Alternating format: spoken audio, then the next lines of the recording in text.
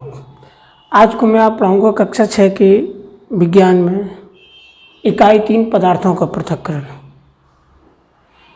वैसे तो आपको पता लग गया होगा पृथक्करण का मतलब क्या होता है, अलग करना होता है। वे पदार्थ जिनमें दो या दो से अधिक पदार्थ एक किसी अनुपात में मिले होते हैं, मिश्रण कहलाते हैं। अच्छा, आपने देखा होगा, मैंने आपको पढ़ाया था पिछली कक्षा में पदार्थ के प्रकार। 3 प्रकार के पदार्थ होते हैं। पहले कौन होते हैं? अवस्था के आधार पर पहला द्रव, ठोस, गैस।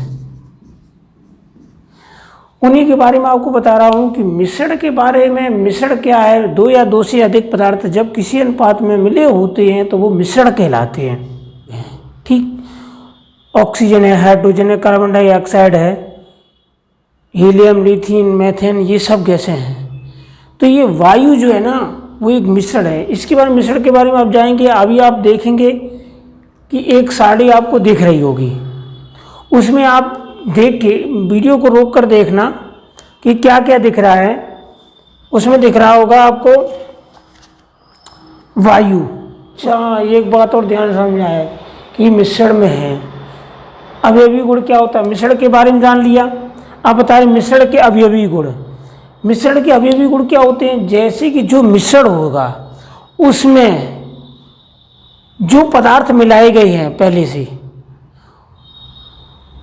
उनके गुण भी उसमें विद्यमान होंगे। जैसे कि आप शरबत बनाते हैं तो शरबत मीठा भी होगा अगर आपने नींबू डाला है तो, और नमक डाला है तो नमकीन भी होगा। मिश्रण दो या दो से अधिक पदार्थ से मिलकर बने होते हैं, लेकिन मिश्रण में जो पहले पदार्थ मिलाए गए उनके गुण पाए जाते हैं। शुद्ध पदार्थ वे पदार्थ जिसमें कोई मिलावट नहीं होती है, शुद्ध पदार्थ होते हैं। होना अगर शुद्ध होगा तो नमक, चीनी है। एक साड़ी दिखाई गई होगी, उसमें बताया होगा कि गुणों के आधार पर शुद्ध पदार्थ और मिश्रण में क्या अंतर है। शुद्ध पदार्थ और मिश्रण में क्या अंतर है तो आप देखेंगे क्या दिखा रहा है साड़ी में। गुण, शुद्ध पदार्थ और मिश्रण। अच्छा, कणों के प्रकार से शुद्ध पदार्थ केवल एक ही प्रकार के कणों से मिलकर बने होते हैं। जो शुद्ध पदार्थ हैं वो एक ही प्रकार के कण से मिले हैं। अच्छा, साड़ी में देख कर बताओ मिश्रण में क्या दो या दो से अधिक प्रकार के कण मिलकर बने होते हैं। अच्छा, गुणों के आधार पर शुद्ध पदार्थ मिश्रण में। अच्छा, सबसे बड़ी बात आ गई, आपने ये भी पढ़ लिया गुणों के आधार पर शुद्ध पदार्थ और मिश्रण में अंतर क्या होगा। जो शुद्ध पदार्थ होंगे वो एक ही पर बने होंगे हैं, और जो मिश्रण होंगे वो बहुत से मिलकर। अच्छा, तत्व और योग।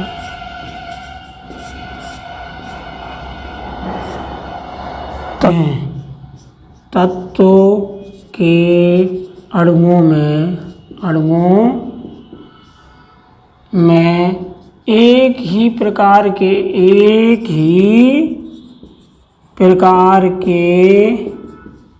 परमाणु होते हैं। कैसे होते हैं आपको पता भी है।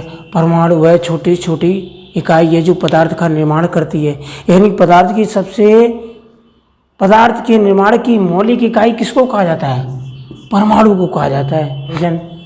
लोहा, जैसे लोहा, चांदी, ऑक्सीजन, हाइड्रोजन।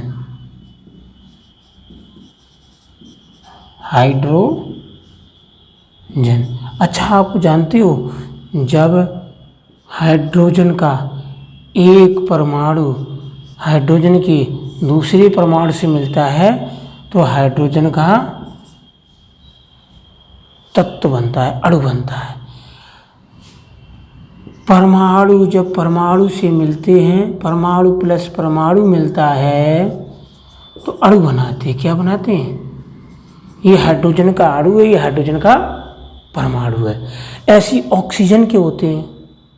अच्छा आप देखो यौगिक क्या होता है। यौगिक के बारे में आप जानते हैं?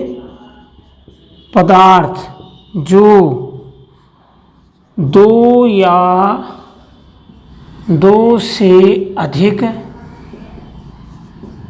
क्या बात आ रही है, विभिन्न प्रकार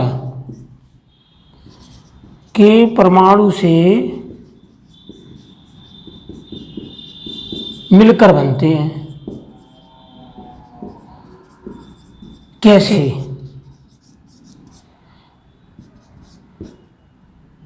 हाइड्रोजन के ऑक्सीजन के एक परमाणु से, ऑक्सीजन के एक परमाणु से जल बनाता है।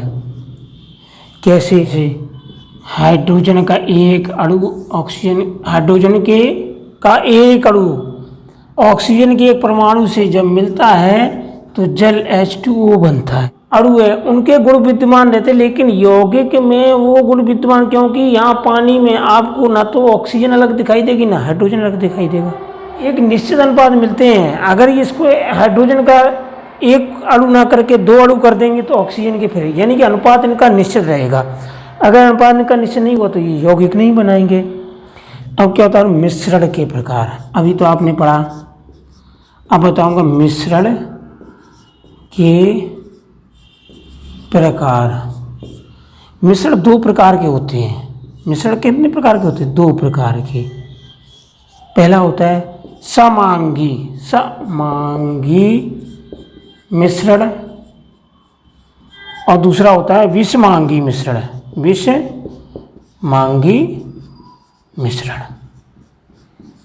दोनों में कैसे? ये ऐसे मिश्रण जिनमें दो या दो से अधिक उपस्थित होते हैं, अवयव उपस्थित होते हैं, किंतु उन्हें अलग अलग नहीं देखा जा सकता। क्या कहलाते हैं? समांगी मिश्रण कहलाते हैं। समांगी मिश्रण कहलाते हैं।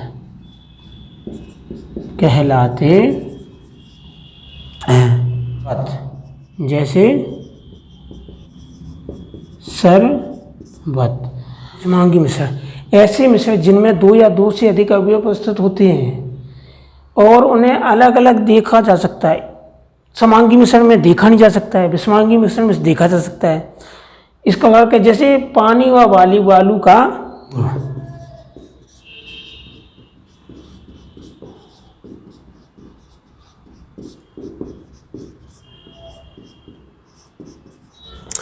अच्छा मिश्रण के गुण। मिश्रण में घटक या अवयव किसी भी अनुपात में मिले होते हैं। अब ये नहीं है जैसे मिश्रण जो होगा उसमें जो घटक अवयव यानी कि जो चीज़ें मिलाएंगी उनको अवयव या घटक कहते हैं। जैसे कि आपको पता है पानी में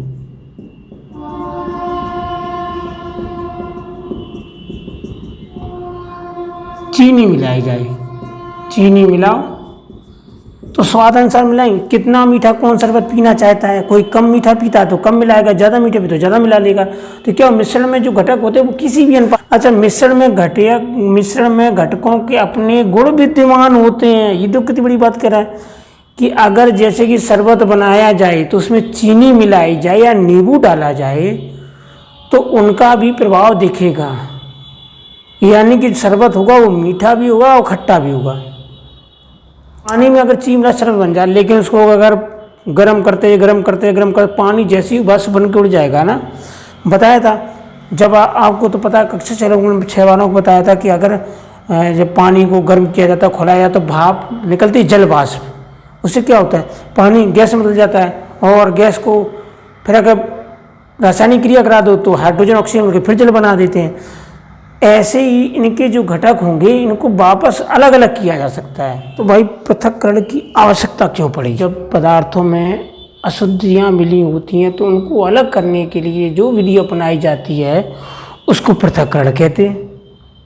जैसे कि आपको मालूम है कि आप बाजार से दाल चावल कुछ भी लाएं, उसमें कंकड़ पत्थर निकलते हैं, तो उनको अलग अलग किया जाता है। दाल को एक तरफ किया जाता है पर कंकड़ पत्थर निकल, क्यों? ठोस पदार्थों को ठोस पदार्थों से अलग करना उनकी क्या विधि है? फटकना, ओसाना, थ्रेशिंग, बीनना, चालना, ऊर्ध्वपातन। अच्छा, फटकना क्या? सब लोग जानते हैं फटकने का मतलब क्या हुआ। हमारे घर में हमारी माएँ होती हैं, वो सूप से फटक कर अशुद्धियाँ निकाल देती हैं, यही प्रक्रिया फटकना कहलाती है। ओसाना, गेहूँ और भूसा मिला होता है तो ऊंची जगह खड़े होकर उड़ाया जाता है, ओसाना कहलाता है। थ्रेशिंग क्या होता है, किसी पत्थर पर वो फटका जाता है तो वो बाली और दाने लगे, उसको थ्रेशिंग। बीनना, जैसे घर में देखा होगा हमारी माँ बहनें सब बीनती। चालना, वो चलना लगाया जाता है, उसको लगा दिया, चालना। ऊर्ध्वपातन, ऊर्ध्वपातन क्या है ये समझना बहुत जरूरी है कि ठोस पदार्थ गर्म करने पर बिना द्रव में द्रवित हुए, यानी कि पानी में नहीं, ठोस पदार्थ पानी में ना बदल के सीधा ही वाष्प में बदल जाता है और वाष्प को ठंडा कर दें फिर वो ठोस में बदल जाए, तो यह प्रक्रिया ऊर्ध्वपातन कहलाती है। इसमें क्या आता है? कपूर, आयोडीन, नौसादर। ऐसी वीडियो देखने के लिए शेयर, सब्सक्राइब और लाइक करें और हमारा हौसला बढ़ाते रहें। धन्यवाद।